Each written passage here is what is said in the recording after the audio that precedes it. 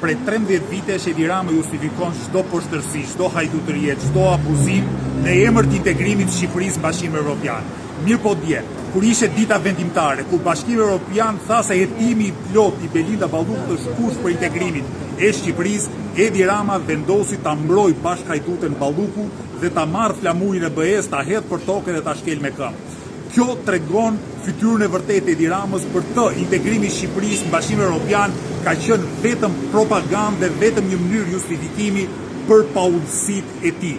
Për të nuk ka rëndësi që Shqipëria të bëhet pjesë e BE-s, nuk ka rëndësi që Shqipëria të ketë institucione të forta, të pavarura dhe demokratike që e luftojnë dhe e shkulin nga rrënjët korrupsionin. Për të ka rëndësi vetëm pushteti personal, vetëm paprekshmëria e tij personale, e Ballukut dhe të bashkhajdutëve si ai. Edi Rama mundet bëj ujdie pazarit pista tek tuk me ndonjë lider evropian, si rasti i marrëveshjes për refugjatët me Giorgia Meloni në Italisë, po për të, po e them edhe një herë,